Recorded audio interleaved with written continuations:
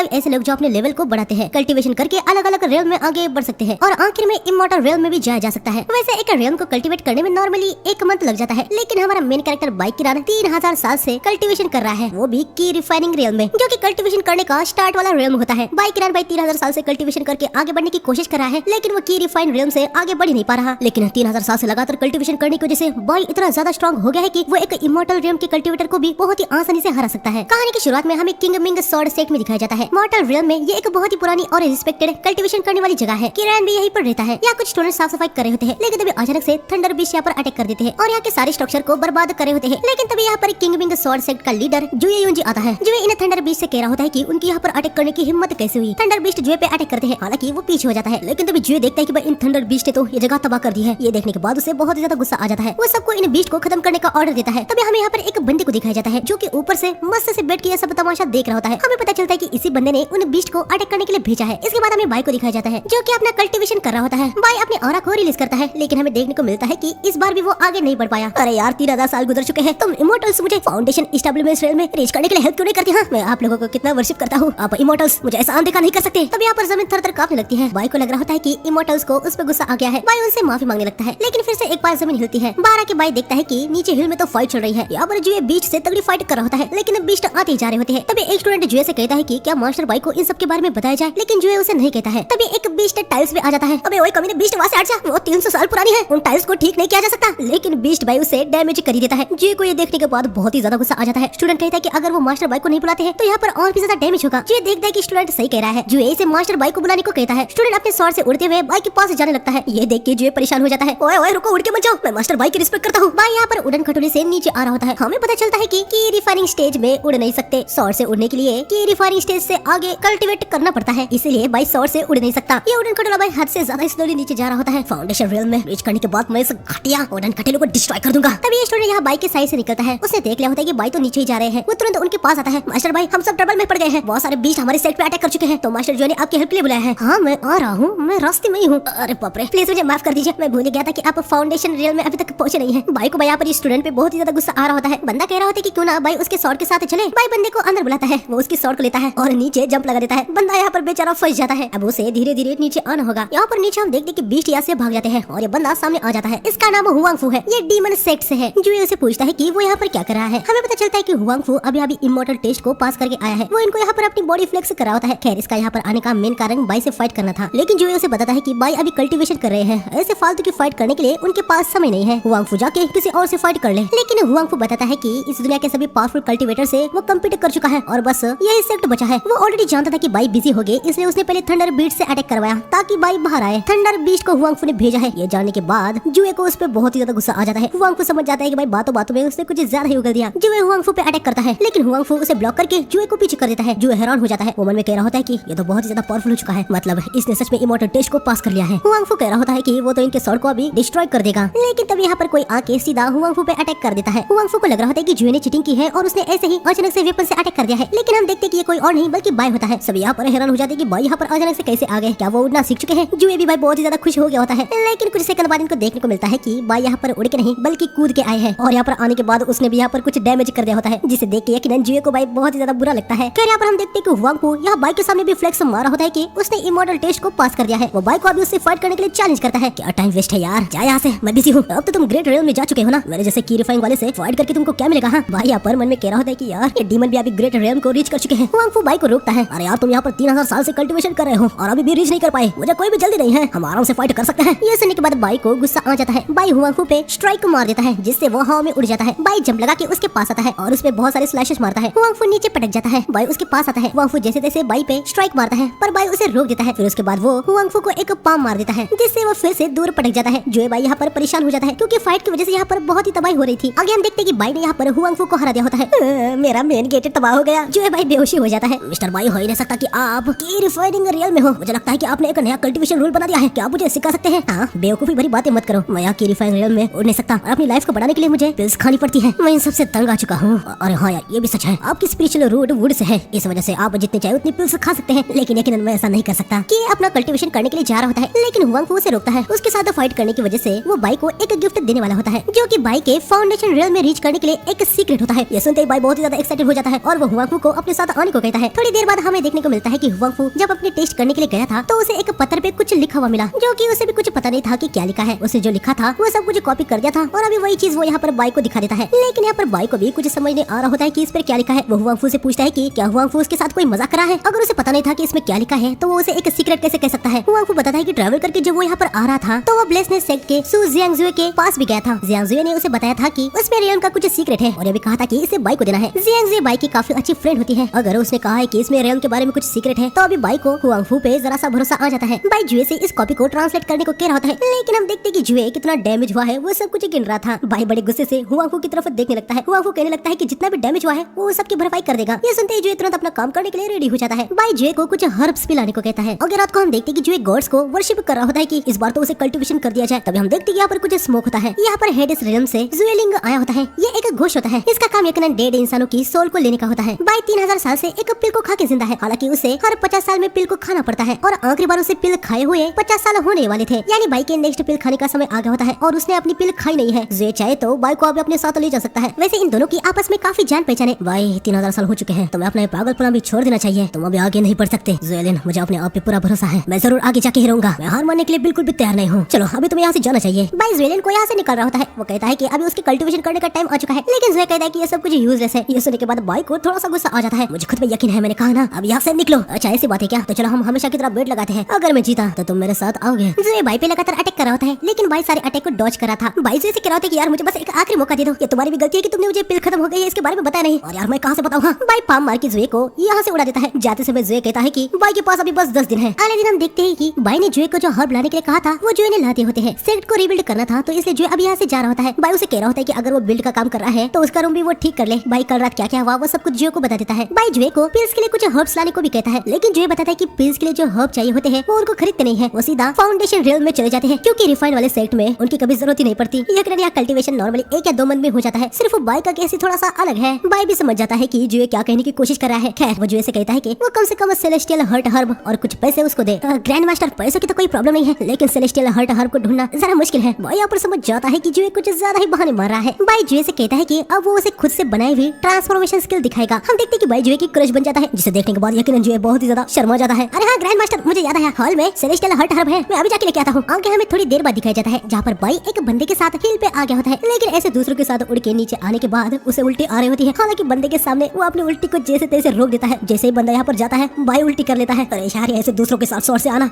बहुत तकलीफ है ये। मुझे जल्द से जल्द अगले रियल में कल्टीवेट करना ही होगा। आगे हमें कुछ डाकुओं को दिखाया जाता है। तब ये डाकू देखते हैं कि सामने से कोई आ रहा है। यकीनन ये बाई होता है। ये सारे डाकू चुप जाते हैं। जैसे बाई इनके पास आता है डाकू बाहर आ जाते हैं और उसके पास जो भी माल है वो सब मांगने लगते हैं। बाई यहाँ पर बहुत ही ज्यादा हैरान हो जाता है क्योंकि वो बहुत सालों बाद यहाँ पर बाहर आया होता है, लेकिन उसे यकीन नहीं हो रहा था कि ह्यूमंस में अभी भी ऐसे लुटेरे हैं। डाकू अटैक करने के लिए आ रहा होता है। बाई अपनी स्वॉर्ड को निकालता है, लेकिन उससे पहले ही कोई आके डाकू को किक मार देता है। डाकू सोच में पड़ जाता है कि अब ये कौन है। बाई देखता है कि ये तो मार्शल आर्ट में कमाल का है और वो थोड़ा सा सोच भी रहा था कि क्या ये सिर्फ अपने मार्शल आर्ट के बलबूते पर यहाँ रिफाइन रियम तक रीच कर लिया है। ये दोनों भी इस पे अटैक करने के लिए आ जाते हैं, लेकिन ये बहुत ही आसानी से इनके अटैक को डॉज कर रहा होता है। और आगे हम देखते हैं कि ये इन दोनों को स्लैश मार देता है और खत्म कर देता है। क्या बात है, तुम तो कमाल के हो। तुमने मार्शल आर्ट कहाँ से सीखा? डीमंस ने आतंक मचा के रखा है। तुम्हारे जैसे कमजोर स्टूडेंट को ऐसे बाहर नहीं घूमना चाहिए, ये सेफ नहीं है। बेहतर होगा कि तुम घर चले जाओ। अरे ब्रो, मुझे लगता है कि तुम मेरे से ज्यादा कमजोर हो। ब्रो सुनने के बाद ये थोड़ा सा हैरान सा हो जाता है क्योंकि ये एक लड़की होती है, लेकिन बाई से एक लड़का समझ बैठा होता है। लड़की यहाँ से निकल रही होती है। ब्रो अंधेरा होने वाला है, अभी तुम कहाँ पर जाने वाले हो? मैं डीमंस को खत्म करने के लिए जा रहा हूँ। ये काम तुम सौर सेक्ट के कल्टीवेटर्स पे छोड़ दो, वो इसे देख लेंगे। लेकिन यहाँ पर हमें देखने को मिलता है कि शायद से इस लड़की को कल्टीवेटर्स पे उतना कुछ भरोसा नहीं है। वो बाई से कह रही होती है कि वो कल्टीवेटर्स के भरोसे नहीं रह सकती। इसके बाद रात में हमें इस लड़की को एक क्यों में दिखाया जाता है। यकीनन ये यहाँ पर डीमंस को खत्म करने के लिए आई थी, लेकिन यहाँ पर ऑलरेडी काफी सारे डीमन का ब्लड होता है। हम देखते हैं कि इस लड़की से पहले ऑलरेडी बाई यहाँ पर आया था और उसने बहुत सारे डीमंस को खत्म कर दिया होता है। बाई थोड़ा सा हैरान हो गया था कि यहाँ पर इतने सारे डीमन थे। उसे लग रहा होता है कि शायद से सेक्ट अपना काम बराबर नहीं कर रहा। इस इशू के बारे में वो जो इससे बाद में बात करने का सोच लिया होता है। या इस लड़की को एक डीमन दिख जाता है। डीमन लड़की पे अटैक करने के लिए आता है, लेकिन वो डीमन के अटैक को डॉज करके डीमन को ही स्लैश मार देती है और डीमन खत्म हो जाता है। लेकिन तब यहाँ पर और भी बहुत ही ज्यादा डीमंस आ जाते हैं। लड़की भागने का सोचती है। वो रास्ते में आने वाले डीमंस को खत्म करते हुए आगे बढ़ रही थी, लेकिन तभी सामने से एक बड़ा डीमन आ जाता है और पीछे से भी एक डीमन लड़की पे चढ़ जाता है। डीमन लड़की को खाने वाला था, तभी बाई डीमन पे अटैक करके उसे खत्म कर देता है। लड़की बाई को यहाँ पर देख के हैरानी हो जाती है। डीमन अटैक करते हैं। बाई लड़की को लेके जंप लगाता है। बड़ा वाला डीमन इनको पकड़ने की कोशिश करता है, लेकिन बाई एक ही स्लैश मार के उसको खत्म कर देता है। लड़की बाई की पावर को देखने के बाद बहुत ही ज्यादा हैरान हो जाती है, क्योंकि पहले उसे बाई एक नॉर्मल सा स्टूडेंट लगा था। बाई लड़की को साइड में फेंक देता है और डीमन को खत्म कर देता है और बस कुछ ही सेकंड में वो यहाँ पर सारे डीमंस को खत्म कर देता है। उसके बाद वो लड़की के पास आता है। तुम ठीक तो हो ना? हाँ मैं ठीक हूँ, लेकिन अगर तुम इतने स्ट्रॉन्ग हो तो उन डाकुओं से फाइट क्यों नहीं की? अरे भाई तुमने मुझे लड़ने का चांस सिखा दिया। जब मैं फाइट करने वाला था उससे उससे पहले तुम आठ पक्के। भाई भाई अभी भी इसे एक लड़का ही समझ रहा होता है। भाई तुझे तेरी कमर की स्ट्रेंथ को जरा बढ़ाना चाहिए। तो फास्ट तो है लेकिन पावरफुल नहीं है। लड़की को बाई पे बहुत ज्यादा गुस्सा आ रहा होता है कि अब तक वो ये कैसे नहीं जान पाया कि वो एक लड़का नहीं बल्कि एक लड़की है। खैर लड़की बताती है कि हॉलीवुड डीमंस अचानक से ही दिक्कत खड़ी कर रहे हैं, इस वजह से कोर्ट भी अच्छी कंडीशन में नहीं है और शियाचिन किंगडम के लोगों को ये सब कुछ भुगतना पड़ रहा है। तुम किंगडम शॉर्ट सेट में क्यों नहीं गए? किंगडम के कोर्ट की बैंड बजने की वजह इसमें कल्टीवेटर्स का ही फॉल्ट है। आखिर मैं वहाँ पर हेल्प मांगने के लिए कैसे जाऊँ? खैर ये दोनों अपना इंट्रोडक्शन देते हैं। लड़के का नाम टैंग होता है। टैंग को बाई का मार्शल आर्ट बहुत ही ज्यादा पसंद आ गया होता है और उसने ये भी तो देख लिया है कि बाई कितना स्ट्रॉन्ग है, इसलिए वो बाई को शिनजियांग किंगडम में आके डीमन को खत्म करके लोगों की हेल्प करने के लिए आने को कह रही होती है। बाई को इससे कोई प्रॉब्लम नहीं होती। वो कहता है कि अगर टैंग उसके लिए डिनर का इंतजाम कर देती है तो वो आ जाएगा। आगे टैंग बाई को डिलाइट हाउस में लेके आती है, जहाँ अंदर बाई खाना खाने के लिए जा रहा था, लेकिन टैंग उसे रोक देती है। वो बताती है कि ये डिलाइट हाउस विचेस से भरा हुआ है, यहाँ पर खाने में जहर हो सकता है। लेकिन भाई उसे समझाने की कोशिश कर रहा होता है कि ऐसा कुछ भी नहीं है, लेकिन टैंग फिर से बाई को रोक देती है। क्या तुम्हें पता है अचानक से ही शिंजिया किंगडम के किंग को डिलाइट हाउस के ओनर जियाजुंग से शादी करने का मन हो रहा है। मुझे उस पर कोई भी भरोसा नहीं है। साथ ही यहाँ पर आने का मेरा कारण ये है कि ये जो डीमंस ने अचानक से आतंक मचा रखा है, इसके पीछे कोई और नहीं बल्कि जियांगजुए हो सकती है। अब बाई को बाई जियांगजुए कौन है ये तो पता ही है। जियांगजुए बाई की फ्रेंड ही होती है। बाई टैंग को समझा रहा होता है कि इसके पीछे जुए नहीं हो सकती। तभी जुए यहाँ पर आ जाते हैं और यकीनन वो यहाँ पर बाई को पहचान लेती है। आगे बाई टैंग और जुए को एक दूसरे से इंट्रोड्यूस करवाता है और बताता है कि जुए ब्लेस्ड सेक्ट की लीडर है। भले वो डीमन सेक्ट को बिलोंग करती है पर वो एक नोबल है। अगर वो चाहे तो एक क्या 100 किंगडम को भी अपनी पावर से जीत सकती है। वो इतनी पावरफुल है। बाई जुए को टैंग के बारे में बताता है कि आज उसने उसकी जान बचाई है और उसे गलतफहमी हो गई थी कि शैंगजुआ किंगडम में हाल ही में होने वाले डीमन अटैक के पीछे जुए है। इस डीमन वाले कांड के बारे में मुझे ऑलरेडी पता है। डीमंस को डिस्ट्रीब्यूट करके मुझे फंसाने की कोई कोशिश कर रहा है और इसके पीछे कौन है इसका पता लगाने के लिए मैंने ऑलरेडी किसी को भेज दिया है। बाई टैंग को समझाता है कि अगर जुए को किंगडम चाहिए होता तो वो सीधा किंग को खत्म करके उसे हत्या लेती। उसे ऐसे डीमन जैसे कांड करने की कोई जरूरत है ही नहीं। ये सब जानने के बाद टैंग को भी यहाँ पर भरोसा हो जाता है कि जुए कल्प्रिट नहीं है और आगे वो यहाँ से चली जाती है। बाई जुए से पूछता है क्या तुम्हें पता चल चुका है कि आखिर इसके पीछे कौन है? इसके पीछे और कोई नहीं बल्कि इमॉर्टल डीमन और हेडेस रेल्म है। और अब जबकि तुम यहाँ पर आ गए हो तो आगे क्या करना है ये सब कुछ मैं तुम पे छोड़ देती हूँ। इसके बाद हमें अगले दिन दिखाया जाता है जहाँ पर बाई एक शॉप से लॉन्गेविटी हर्ब्स को लेने के लिए आया था, लेकिन यहाँ शॉप के ओनर से बाई को पता चलता है कि हर्ब्स तो खत्म हो चुके हैं। हाँ ये कैसे हो सकता है? ये काफी बड़ी स्टोरी है। हाल ही में कुछ ऑफिसर्स आए थे और वो सारे हर्ब्स को खरीद के ले गए। अब ये जरा से भी हर्ब नहीं बचे हैं। तभी हम देखते कि यहाँ पर 2 ऑफिसर्स आते हैं। अरे यार वो ली फैमिली से जो लड़का है वो बहुत ही कमजोर है, अगर वो सेरेमनी में बेहोश हो गया तो नहीं हम ये अफोर्ड नहीं कर सकते। शॉप ओनर क्या तुम्हारी फैमिली में कोई लड़का है? अरे सरकार आप तो हमेशा ही मेरी शॉप से मेडिसिन खरीदते हैं, आपने तो देखा ही है यहाँ पर बस मैं और मेरी वाइफ रहते हैं। ये ऑफिसर यहाँ से निकल रहे होते हैं, वो किसी और फैमिली से लड़का लेने का ट्राई करने वाले होते हैं। तभी एक लड़का उनको पकड़ लेता है और उसे कह रहा होता है कि मुझे बहुत ही ज्यादा भूख लगी है, कल रात से मैंने कुछ भी नहीं खाया। ये लड़का कोई और नहीं बल्कि बाई होता है। उसने अपने आप को ट्रांसफॉर्म कर दिया होता है। तुम्हारी फैमिली कहाँ है? यहाँ मेरी कोई भी फैमिली नहीं है, मैं एक भिखारी हूँ। ये सुनने के बाद ये दोनों ही बहुत ही ज्यादा खुश हो जाते हैं। तुम्हें चिंता करने की कोई भी जरूरत नहीं है, हम तुम्हें भरपेट खाना देंगे। सेरेमनी के लिए ये दोनों बाई को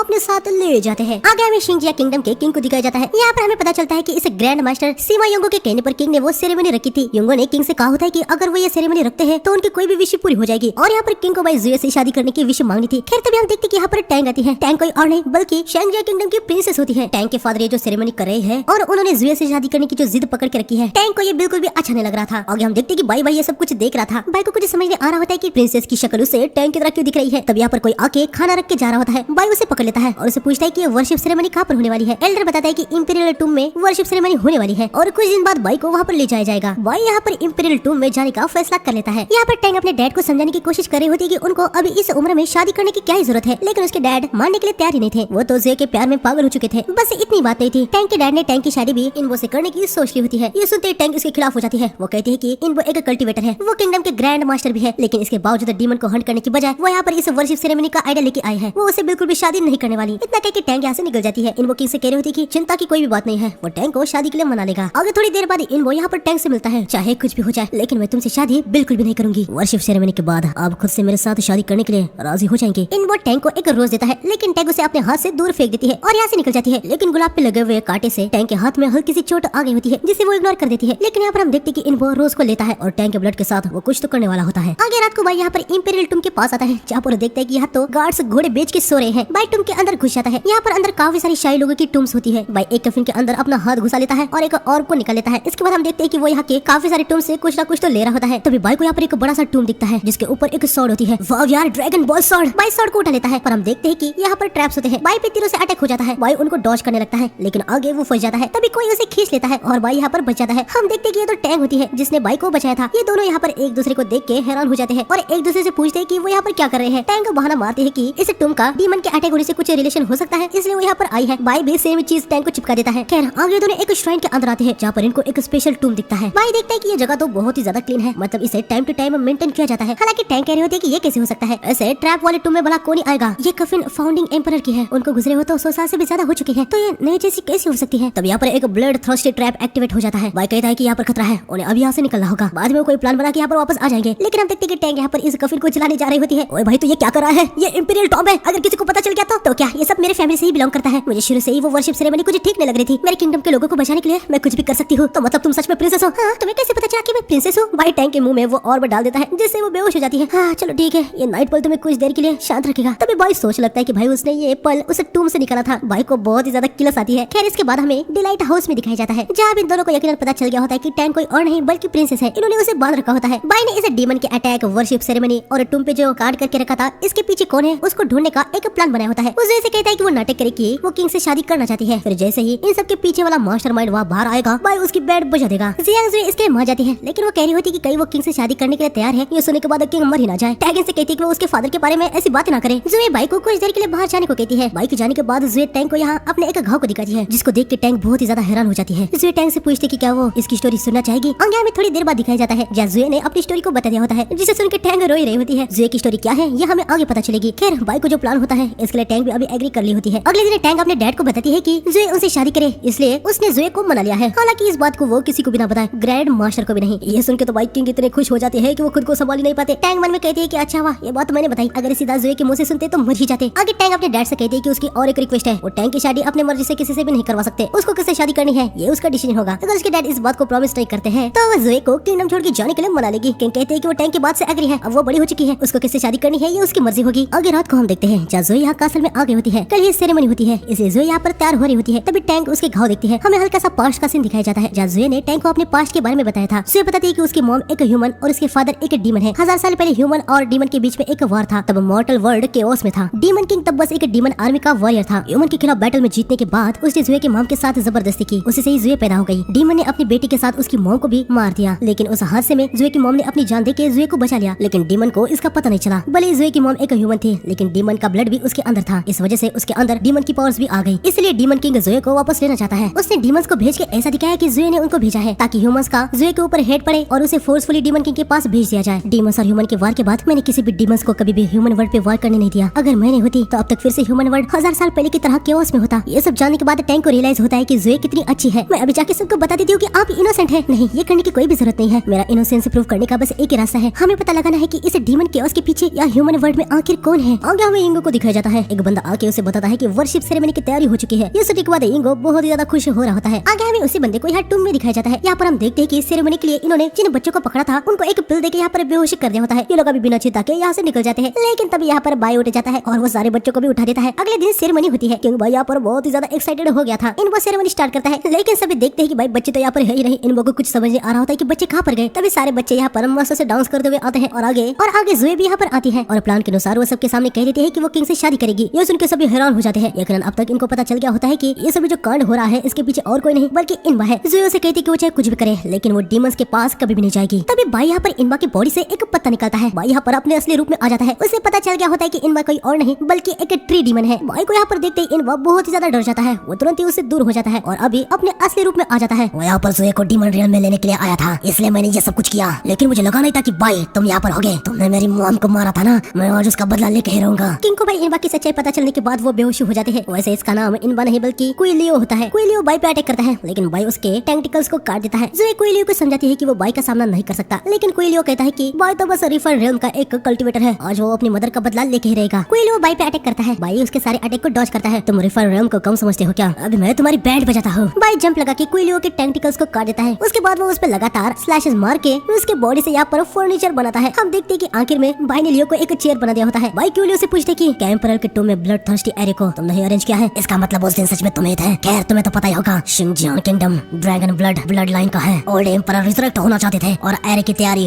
उन्होंने ऑलरेडी की थी। अपने लोगों को सैक्रिफाइस करके वो खुद को रिजरेक्ट करना चाहता है। देखा जुए, ये ह्यूमन से डीमन से कुछ अलग नहीं है। अभी भी तुम इनकी हेल्प करना चाहती हो। सदियों से ह्यूमन और डीमन के बीच में जो वॉर चल रहा है, मैं बस उसे बंद करना चाहती हूँ। ये वॉर ही वजह है जिससे बहुत सारे मासूम मारे जाते हैं। लेकिन क्विलियो को भाई से कुछ भी लेना देना नहीं था। वो यहाँ पर जो करने के लिए आया था वो कर ही देता है। तुम्हें क्या लगता है कि सिर्फ बच्चों का सैक्रिफाइस एक अकेला रास्ता है जिससे ब्लड एरे को एक्टिवेट किया जा सकता है? हम देखते कि क्विलियो उसी रोज को समन करता है जिसमें उसने टैंक के ब्लड को लिया था। हमें पता चलता है कि टैंक का ब्लड वो भी ब्लड थर्स्टी एरे को एक्टिवेट कर सकता है। क्विलियो यहाँ पर टैंक के ब्लड से ब्लड थर्स्टी एरे को एक्टिवेट कर देता है। यहाँ पे सारे नॉर्मल लोगों पे उसका असर होने लगता है। ये दोनों टैंक के पास आ जाते हैं। मेरे ब्लड से ये एक्टिवेट हुआ है, इसका मतलब ये है कि मेरे अंदर ड्रैगन बॉल ब्लड है। बाय प्लान बी को एक्टिवेट करो। बाय टूम के ऊपर वाले हिस्से को तोड़ देता है, सिर्फ ड्रैगन ब्लड वाला ही अंदर जा सकता है, इसलिए टैंक अंदर चली जाती है। इन लोगों ने बाय सिंपल प्लान बनाया था कि बाय बच्चों को बचाएगा, एरे एक्टिवेट नहीं होगा और कल्प्रिट को पकड़ा जाएगा। लेकिन यहाँ पर पास्ट में भी टैंक ने कहा था कि अगर ये कोई रास्ता काम नहीं करेगा और एरे एक्टिवेट हो जाता है तो वो लोग क्या करेंगे। बाय ने बताया था कि अगर ऐसा होता है तो पहले उनको एरे को तोड़ना होगा, जो कि सिर्फ ड्रैगन ब्लड वाला ही कर सकता है। अभी इनको कंफर्म नहीं था कि टैंक के पास ड्रैगन बॉल ब्लड है। खैर अभी प्रेजेंट में इनको पता चले गया है कि टैंक अंदर जा सकती है, इसलिए वो अंदर जा चुकी होती है। रिजरेक्ट होने के बाद एरे यूजर वाला 100 माइल के अंडर के पीपल को अफेक्ट करता है, उनको वो डैमेज भी करता है। टैंक को यहाँ पर अपने ब्लड से रिजरेक्ट हुए ओल्ड एम्परर को दूसरे से डिस्कनेक्ट करना होगा, इससे एरे बंद हो जाएगा, फिर आगे बाय अंदर आ सकता है। यहाँ पर अंदर हम देखते हैं कि टैंक के ग्रैंडफादर यानी ओल्ड एम्परर रिजरेक्ट हो गए होते हैं। टैंक को उन पे बहुत ज्यादा गुस्सा आ गया होता है कि उन्होंने अपने आप को रिजरेक्ट करने के लिए डीमन से ह्यूमन को मरवा दिया। हालांकि यहाँ पर ओल्ड एम्परर को इससे कोई भी घंटा फर्क नहीं पड़ रहा होता। वो अपनी ग्रैंड डॉटर से कह रहा होता है कि उनके लिए वो बस थोड़े से सैक्रिफाइस थे। ये सुनकर तो टैंक को और भी ज्यादा गुस्सा आ जाता है। वो अपने ब्लड से एरो को बंद करने लगती है, जिससे ओल्ड एम्परर का लोगों से कनेक्शन टूट जाता है। लेकिन ये ओल्ड एम्परर बहुत ही घटिया था। लोगों से एनर्जी सोर्स टूटने के बाद वो अपनी ग्रैंड डॉटर की ही एनर्जी लेने लगता है। लेकिन टैंक भी यहाँ पर हार नहीं मानती, वो अपनी पूरी जान लगा के एरो को बंद कर ही देती है। जैसे एरो बंद हो जाता है बाय यहाँ पर अंदर आ जाता है। ओल्ड एम्परर को यहाँ पर टैंक से पूरे ड्रैगन ब्लड की पावर मिल गई होती है, जिससे वो और भी ज्यादा स्ट्रॉन्ग हो चुका था। बाय यहाँ टैंक को पकड़ लेता है। टैंक बाय से कहती है कि उसे खत्म कर दो। बाय अपनी स्वॉर्ड को एम्परर की ओर फेंकता है, जिसे वो आसानी से डिस्ट्रॉय कर देता है। बाय की स्वॉर्ड देखने के बाद एम्परर समझ जाता है कि ये तो एक रिफाइनिंग रेल्म का कल्टीवेटर है, वो उसका क्या ही उखाड़ लेगा। लेकिन बाय आके उसे एक पंच जड़ देता है, जिससे एम्परर पीछे पटक जाता है। एम्परर बाय यहाँ पर बाय की पावर देख के बहुत ही हैरान हो जाता है। वो पूछता है कि क्या वो सच में एक रिफाइनर रेल में है। बाय एम्परर को पकड़ के उसे किक मारता है, जिससे वो ऊपर उड़ जाता है। बाय आगे ऊपर से भी उसे किक मारता है। एम्परर नीचे जमीन पर जोर से पटक जाता है। आगे बाय एम्परर की बाय बहुत ही ज्यादा कुटाई करता है, उसके सर को दीवार पे पकड़ के रगड़ देता है। ओल्ड एम्परर बाय से भीख मांग रहा होता है कि वो रुक जाए, लेकिन बाय रुकता नहीं। वो लगातार उसे पंच मारता रहता है, जिससे एम्परर की हड्डियां टूट जाती है। इसके बाद बाय एम्परर को गोल गोल घुमा के उड़ने लगता है, फिर आगे वो उसे कफिल में फेंक देता है। आगे बाय टैंक को लेके यहाँ पर ऊपर आ जाता है, जो टैंक को हील कर देती है। बाय तुम इस टॉम को जला दो, आज जो हुआ है वो फिर से नहीं होना चाहिए। बाय टॉम को जला देता है और एम्परर यहाँ पर अब पूरी तरीके से खत्म हो जाता है। आगे ये जो डिस्ट्रक्शन हुआ होता है इसे समेटने का काम चल रहा था। यहाँ पर काफी लोग मारे गए होते हैं, इसलिए लिंग यहाँ पर इनके सोल लेने के लिए आया होता है। आगे हमें टैंक को दिखाया जाता है, जहाँ अभी वो भी पूरी तरीके से हील हो गई थी। हमें दिखाया जाता है कि जोए ने एक बम को देख के उसे हील कर दिया होता है। इससे टैंक के पास ड्रैगन ब्लड जो है उसकी स्मेल भी छुप जाएगी। टैंक पूछते है कि आखिर ये ड्रैगन ब्लड क्या है। जोए बताती है कि कहानी के अनुसार गॉडेस और इमोर्टल ड्रैगन ने गॉडेस से इमोर्टल ड्रैगन डॉटर को जन्म दिया। वो कल्टीवेशन में बहुत ही ज्यादा टैलेंटेड थी, उसका ब्लड ड्रैगन ब्लड है। कहा जाता है कि कल्टीवेशन के लिए ये ब्लड बहुत ही ज्यादा सुपेरियर है। टैंक पूछती कि तो क्या वो एक गॉडेस इमोर्टल ड्रैगन की वंशज है। जोए बताती है कि इसके बारे में उसे भी पता नहीं है, लेकिन टैंक का ब्लड बहुत ही ज्यादा स्पेशल है, इसलिए उसको इसे सीक्रेट रखना होगा, वरना वो डेंजर में पड़ सकती है। आगे टैंक जोए से पूछते कि बाय इतना पावरफुल कैसे है, क्या वो सच में रिफाइनिंग रेल में है। जोए बताती है कि बाय का रिफाइनिंग अलग है, बाय किंगविंग स्वॉर्ड सेट का ग्रैंड मास्टर है, वो वहाँ पर 3000 साल से स्टक हुआ है। ये सुनने के बाद टैंक बहुत ही ज्यादा हैरान हो जाती है। आगे से बताती है कि स्वॉर्ड सेट में सारे स्वॉर्ड मास्टर बाय की रिस्पेक्ट करते हैं, अगर वो नहीं होता तो कल्टीवेशन रेल्म केओस में होता। जोए से यह सब कुछ जानने के बाद यहाँ प्रेजेंट में टैंक ने सोच लिया होता है कि भाई अब तो वो बाय के अंडर ट्रेन होगी। आगे हमें हेडेस रेल्म में दिखाया जाता है, जहाँ पर ओल्ड एम्परर की सोल जा रही होती है। बाय भी यहाँ पर आया होता है। ली बाय से कह रहा होता है कि भाई अब तू भी मर जा और फिर से उनकी तरह रीइंकार्नेट हो जा, लेकिन भाई इसके लिए मना कर देता है। मैं इस बार रिफाइनिंग रेल्म को कल्टीवेट कर ही दूंगा, तू देख ले। अबे जावे किसको बता रहा है, हर बार तू यही कहता है, लेकिन आज तक ऐसा कभी भी नहीं हुआ। खैर मैंने जो तुझे 10 दिन दिए थे उनमें से बस 2 ही दिन बाकी है, 2 दिन के अंदर तुझे पिल को लेना होगा वरना तू मर जाएगा, समझा। इतना कह के लिंग यहाँ से निकल जाता है। आगे हम देखते हैं कि यहाँ पर टैंक बाय के पास आई होती है और उसे कहती है कि मैं मास्टर है, प्लीज मेरे सम्मान को एक्सेप्ट कीजिए। टैंक ने उसे मास्टर कहा होता है, इससे बाय हैरानी हो जाता है। अगले दिन हमें बाय को महल में दिखाया जाता है, जहाँ सबको बचाने के लिए किंग उसका बहुत ही ज्यादा शुक्रिया कर रहे होते हैं। टैंक ने ऑलरेडी अपने डैड को बताया होता है कि वो बाय के अंडर ट्रेन होना चाहती है, तो किंग बाय से कह रहे होते हैं कि वो टैंक का ख्याल रखे, लेकिन बाय इस बात के लिए मना कर देता है। खैर किंग कह रहे होते हैं कि उन्होंने जीत की खुशी में यहाँ पर दावत रखी है, तो बाकी सब बातें वो बाद में करेंगे, चलो पहले खाना खाया जाए। खाना वगैरह खाने के बाद हम देखते कि टैंक बाय बहुत ही ज्यादा नशे में सो गई होती है। बाय उसे कहता है कि टैंक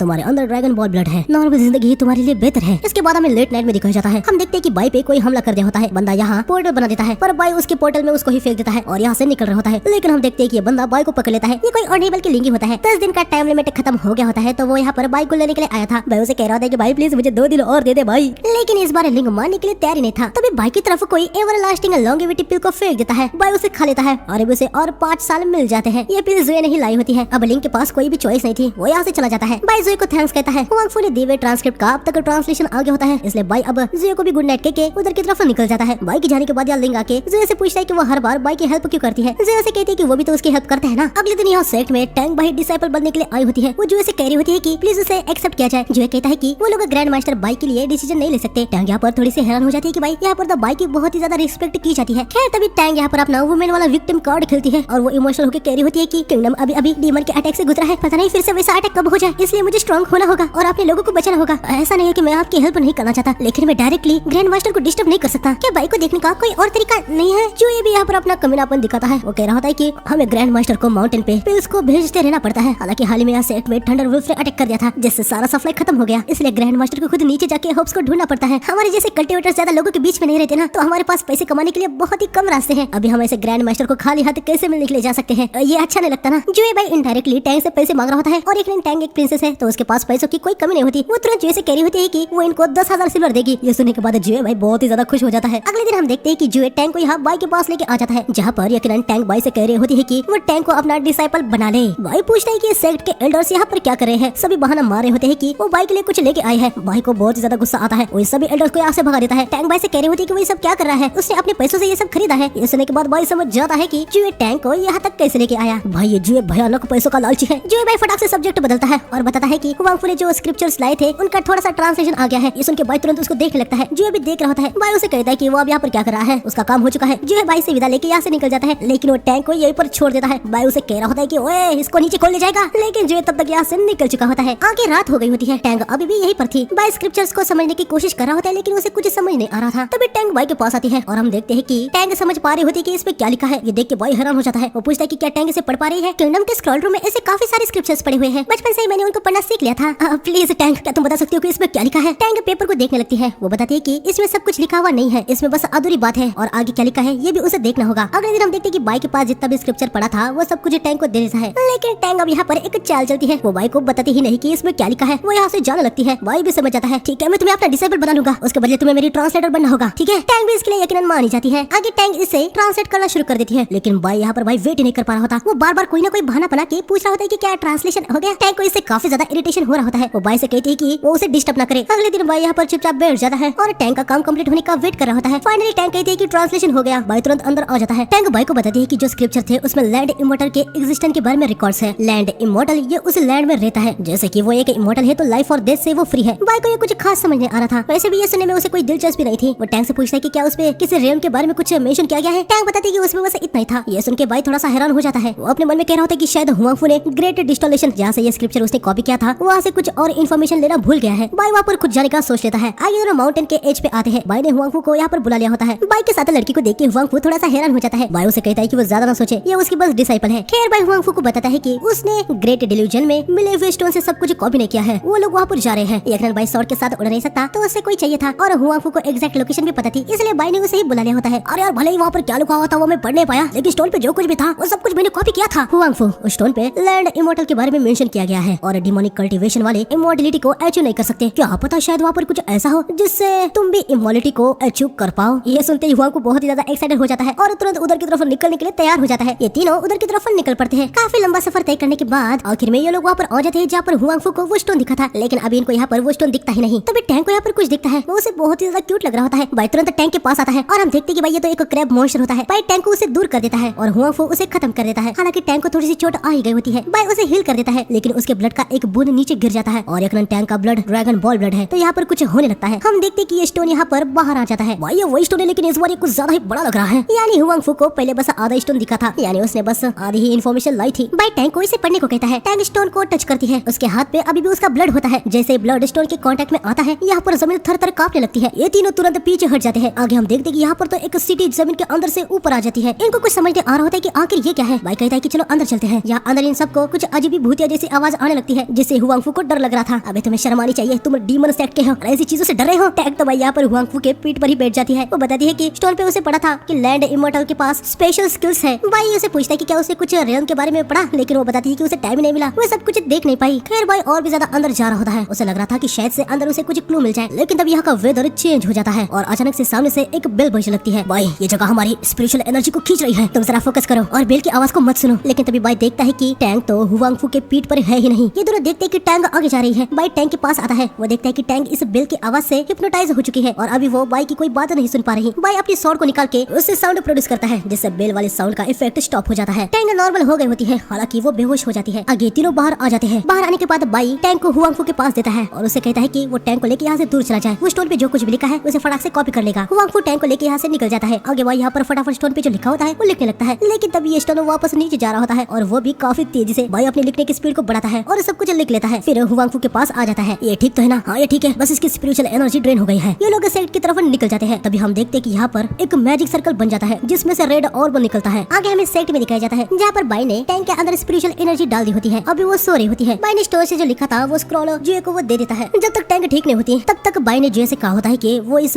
स्क्रॉल को किसी और से ट्रांसलेट कर ले। आगे वो यहाँ पर टैंक के पास आता है। वो इतना समझ चुका होता है कि वो एंशिएंट सिटी टैंक के ब्लड की वजह से ही वहाँ पर अपीयर हुई, यानी वो ड्रैगन बॉल ब्लड के रिलेटेड है। आगे हमें उसे रेड ऑर्ब को दिखाया जाता है जो कि एक चेरी ब्लॉसम ट्री के अंदर घुस जाता है और वो सिटी यहाँ पर आ जाती है। आगे 2 पर्सन यहाँ पर आए होते हैं। अचानक से इधर इतनी बड़ी सिटी को देख के ये लोग हैरान हो जाते हैं। वो इसके बारे में ऑफिसर को रिपोर्ट करने का सोच लेते हैं। इसके बाद हमें इसी सिटी के अंदर एक बड़े से बिल्डिंग में एक एंटिटी को दिखाया जाता है। आगे हमें टैंक और बाई को दिखाया जाता है जहाँ बाई यहाँ पर टैंक की ट्रेनिंग ले रहा होता है। बाई टैंक को अपनी पाँव वाली टेक्निक दिखाता है जिससे वाटरफॉल उल्टा भी नहीं लगता है। टैंक देखने के बाद बहुत ही ज्यादा हैरान हो जाती है। मास्टर आप तो कमाल के हैं। टैंक से अपनी तारीफ सुनने के बाद यहाँ पर बाई भी बड़ा चौड़ में आ रहा होता है। सुनो टैंक, तुम्हें अपनी बॉडी की स्पिरिचुअल एनर्जी को लगातार यूज करने के लिए कंसंट्रेट करना है। चलो अब तुम प्रैक्टिस करो। टैंक बाई ने जैसे कहा है वैसा करती है। यकीनन वो पहली बार ये कर रही है तो बस हल्का सा ही पानी ऊपर आता है जो देखने के बाद टैंक को बाई बिल्कुल भी अच्छा नहीं लगता। अरे चिंता मत करो, तुम और भी ज्यादा प्रैक्टिस करो। मैं जरा ज्यादा ही टैलेंटेड हूँ ना, ये करने के लिए मुझे बस 3 ही दिन लग गए थे। टैंक अपना कोशिश कर रही होती है। बाई उसे कह रहा होता है कि टैंक के पास ड्रैगन बॉल ब्लड है, वो टैलेंटेड है, लेकिन वो बस अभी तो रिकवर हुई ना, तो उसे ये सब कुछ सीखने के लिए थोड़ा टाइम लग जाएगा। लेकिन तभी बाई यहाँ पर हद से ज्यादा हैरान हो जाता है। हम देखते हैं कि भाई टैंक ने ये टेक्निक सीख ली होती है। बाई मन में कह रहा होता है कि यार ये ड्रैगन बॉल ब्लड वाले तो कमाल के हैं। मास्टर आप तो सिखाने में कमाल के हैं, मैं तो ये तुरंत ही सीख गई। हम देखते हैं कि भाई टैंक तो अब वाटर से अलग अलग कुछ स्ट्रक्चर बना पा रही होती है। क्या कहते हो मास्टर, सब कुछ बराबर तो है ना? बाई के पास अभी कहने के लिए कुछ बने था, वो बस इतना ही कहता है कि टैंक यहाँ पर और भी ज्यादा प्रैक्टिस कर ले। इसके बाद हमें फोर्जिंग मैंशन में दिखाया जाता है जहाँ पर एक एल्डर आके फोर्जिंग सेक्ट के लीडर यूए कियाना लियान से कहता है कि मिस्टर यूए कुछ तो हो गया है। क्या बात है, क्या दिखने रहा कि मैं यहाँ पर स्वॉर्ड को फोर्ज कर रहा हूँ? अगर कुछ गड़बड़ हुई तो मैं तुमको फोर्ज में फेंक दूंगा। मिस्टर यूए प्लीज मुझे माफ कर दीजिए। डोंगलिंग किंगडम के एम्पायर ने हमसे बैकअप के लिए रिक्वेस्ट की है। ये सुन के कियान लियान थोड़ा सा हैरान हो जाता है। तब यहाँ पर कियान लियान का छोटा भाई कियाना रेन आता है। आखिर बात क्या है? बात ये है कि डोंगलिंग किंगडम के नॉर्थ में अचानक से एक एंशिएंट सिटी अपीयर हो चुकी है। उन्होंने वहाँ पर अपने काफी सारे सेना और फाउंडेशन रेलम के कल्टीवेशन को भेजा, लेकिन वो सारे गायब हो गए, वो वापस ही नहीं आए। ये सुनने के बाद ये दोनों ही हैरान रह जाते हैं। आगे एल्डर ये भी बताता है कि गोल्डन पिल के कल्टीवेशन को भी उस सिटी में भेजा गया, लेकिन वो सब भी गायब हो गए। ये आप क्या कह रहे हैं? यहाँ तक गोल्ड पिल के कल्टीवेटर्स भी गायब हो गए? हाँ, इसीलिए तो डोंगलिंग किंगडम के एम्परर ने उनके मेंस को यहाँ पर बैकअप के लिए भेजा है। भैया एम्परर के साथ हमारे रिलेशनशिप अच्छे हैं, हमें इसे देखना होगा। कियान लियान भी इसके लिए मान जाते हैं। वो एल्डर से कहते हैं कि उनके कुछ डिसाइपल को लेके वो वहाँ पर सिटी में जाए। कियान रेन भी वहाँ पर जाने का सोच रहा होता है। अपना ध्यान रखना, ठीक है? क्योंकि अगर तुम्हें कुछ होता है तो मुझे भी दर्द होगा। कियान लियान यहाँ पर नॉर्मल ऐसे इमोशन वाले दर्द की बात नहीं कर रहा है। एक्चुअली में अगर कियान रेन को कुछ हो जाता है तो उसका इफेक्ट कियान लियान को भी होता है। इन दोनों भाइयों का सीन ऐसा ही है। खैर आगे हमें स्वॉर्ड सेक्ट में दिखाया जाता है जहाँ पर हम देखते हैं कि टैंक यहाँ पर रिफाइनिंग रेलम के 7th लेवल में पहुंच गई होती है। फाउंडेशन रेलम में पहुंचने के लिए उसे अभी ज्यादा समय नहीं लगने वाला होता। खैर यहाँ पर बातों बातों में ही टैंक एक और लेवल अप हो जाती है, यानी अब वो रिफाइनिंग लेवल के 8th लेवल पर है। मोटर्स आखिर ये सब क्या है? ड्रैगन बॉल ब्लड वाला टैलेंट मेरे जैसे हीरो के पास होना चाहिए। तभी टैंक का एक और लेवल बढ़ जाता है। मास्टर अब मैं 9th लेवल पर हूँ। टैंक तुम्हें जरा सा रेस्ट करना चाहिए, बहुत रिफाइन करना ये भी तुम्हें हर्ट कर सकता है। अब तुम रिकवर हो गए हो तो क्यों ना मेरे लिए इस स्क्रिप्चर्स को ट्रांसलेट कर दो। टैंक इसके लिए हाँ कहती है। आगे हमें एंशिएंट सिटी में दिखाया जाता है जहाँ पर फोर्जिंग सेक्ट के बंदे फाइट कर रहे होते हैं। तब यहाँ पर एक बंदे को देखने को मिलता है कि वो तो डोंगलिंग किंगडम के सोल्जर से फाइट कर रहे हैं। बंदा एल्डर ल्यू को बताता है कि इनकी स्ट्रेंथ गोल्डन पिल रेलम के कल्टीवेटर जितनी है और ऐसा होना नामुमकिन है। एल्डर ल्यू कहते हैं कि इसके बारे में वो बाद में सोचेंगे। तब यहाँ पर कियान रेन आता है। एल्डर ल्यू आखिर बात क्या है? हम बुरे हालात में है, ये डोंगलिंग के सोल्जर है, हालांकि इनकी स्ट्रेंथ एक गोल्डन पिल के रेलम के कल्टीवेटर जितनी हो चुकी है, यानी हमारे साइड में जो मॉन्स्टर है उनमें से कुछ गोल्डन पिलर रेलम के हैं। अभी उनके करंट फॉर्म में वो 1000 टाइम स्ट्रॉन्गर हैं। कियान रेन कहता है कि बस इतना ही नहीं है, यहाँ पर काफी गोल्ड पिल और फाउंडेशन रेलम के कल्टीवेशन भी आए थे, यानी उनके साथ भी ऐसा ही हुआ होगा। मतलब अब यहाँ पर इनका फाइट करना ये सही नहीं है। तभी हम देखते हैं कि यहाँ पर वो बेल बजना शुरू हो जाती है। अंदर से और भी ज्यादा मॉन्स्टर आ जाते हैं। एल्डर लियो उनको पहचान लेता है कि वो तो डिविनिटी डिकम्पोजिशन रेलम के हैं। लियो सबको पीछे हटने को कह रहे होते हैं, लेकिन बेल का इफेक्ट यहाँ फोर्जिंग रेलम के कल्टीवेटर पे भी होने लगता है। थोड़ी देर बाद सभी यहाँ पर अपना आपा खो बैठते हैं और सामने की ओर जाने लगते हैं। लियो बंदे को जगाने की कोशिश कर रहे होते हैं, लेकिन कुछ भी नहीं हो रहा होता। तभी कियान रेन देखता है कि सामने से इन पे तीरों से अटैक हो रहा है। कियान रेन यहाँ पर एक बैरियर बना के सबको बचा लेता है। आगे वो लियो को कहता है कि वो यहाँ पर सब कुछ संभाल लेगा, वो यहाँ से निकल जाए, लेकिन सामने तो बहुत ही ज्यादा मॉन्स्टर है, जल्दी जाइए वरना सारे डिसाइपल्स मर जाएंगे। कियान रेन बाहर जाके मॉन्स्टर को खत्म करने लगता है। इसके बाद हमें दिखाया जाता है कि ये एंशिएंट सिटी किसी और दूसरी जगह पर आ गई होती है। ये जहाँ पर भी जाती है वहाँ के लोगों को अपने ओर खींच ले रही होती है। आगे हमें फिर से इसको दिखाया जाता है। हमें बताया जाता है कि ये लैंड इमॉर्टल का प्रिंस है और हमें देखने को मिलता है कि इसने कियान रेन की बॉडी को अपने पास ला दिया होता है। लैंड इमॉर्टल प्रिंस यहाँ पर कियान रेन की बॉडी पे कब्जा कर लेता है। तब हमें यहाँ पर एक स्कल को दिखाया जाता है, ये विजडम इमॉर्टल है। इसके बाद हमें बाई को दिखाया जाता है जो कि इमॉर्टल से बहुत ही ज्यादा गुस्सा था। मास्टर मुझे अपने डिसाइपल से कोई भी जलन नहीं हो रही है, लेकिन ये कितना अनफेयर है। टैंक बस 3 दिनों में ही फाउंडेशन रेल में पहुंच गई है और मैं यहाँ पर 3000 साल से प्रैक्टिस कर रहा हूँ। मास्टर क्या आपको आपके ग्रैंड डिसाइपल पर कोई भी दया नहीं आती? तभी टैंक यहाँ पर स्वॉर्ड से उड़ के आती है। उसने सारे स्क्रिप्चर को ट्रांसलेट कर दिया होता है। वो बताती है कि लैंड इमॉर्टल एक बुरा बंदा है, लेकिन भाई यहाँ पर बाई को बहुत ही ज्यादा गुस्सा आ रहा होता है क्योंकि टैंक उसके सामने ऐसे स्वॉर्ड पे उड़ रही थी। टैंक भी ये समझ जाती है, वो तुरंत नीचे आती है। खैर आगे टैंक बताती है कि उसे एंशिएंट सिटी को एक वॉइस मैन ने बनाया था, लेकिन लैंड इमॉर्टल ने उस सिटी पे कब्जा कर लिया। लैंड इमॉर्टल ग्रेट रियल्म को रीच करने में फेल हो गया और लैंड में ही इमॉर्टल बन गया। वो कल्टिवेटर्स के बॉडी को कब्जा करके उनके माइंड को खत्म कर सकता है और कल्टिवेटर्स को अपने हिसाब से जैसे चाहे वैसे यूज कर सकता है। लेकिन भाई को भाई इन सबसे कुछ घंटा लेना देना नहीं था। वो पूछता है कि फाउंडेशन रियल्म में रीच करने के लिए वहाँ पर कुछ लिखा है क्या, लेकिन टैंक बताती है कि उसके बारे में यहाँ पर कुछ भी इन्फॉर्मेशन नहीं है। ये सुनने के बाद भाई का पूरा मूड खराब हो जाता है। खैर तभी यहाँ पर टैंक कहती है, मास्टर एक इंपॉर्टेंट बात भी बतानी है, वो एंशिएंट सिटी सिर्फ ड्रैगन बॉल ब्लड से एक्टिवेट हो सकती है। हाँ, तुमने तो उसे एक्टिवेट नहीं किया ना? अरे एक मिनट, मतलब हमने उसे एक्टिवेट किया है। तब यहाँ पर एक कल्टिवेटर आता है। ग्रैंड मास्टर माफ कर दीजिए, लेकिन एक बहुत ही जरूरी बात बतानी है। मिस्टर रे ने आपको तुरंत बुलाया है। इवल साइड के रिप्रेजेंटेटिव और दूसरे भी मेंबर वहाँ पर हैं। वो कुछ एंशिएंट सिटी के बारे में बात कर रहे हैं। ये सुनने के बाद ये दोनों ही समझ जाते हैं कि भाई मसला हो चुका है। ये दोनों तुरंत वहाँ जाने का सोच लेते हैं। टैंक अपना आगे निकल जाती है। भाई इस बंदे के सॉर्ड पर आ जाता है। बंदा भाई को लेके यहाँ से निकल पड़ता है। यहाँ पर हमें कुछ नए लोगों को भी दिखाया जाता है। ये है जैंग रुइफे, ब्रेवनेस आर्मी का बैटेलियन कमांडर। ये है जुओ यानफे, ब्रेवनेस आर्मी की प्राइवेट सोल्जर। ये है ब्लेसनेस सेक्ट की चीफ डिसाइपल यू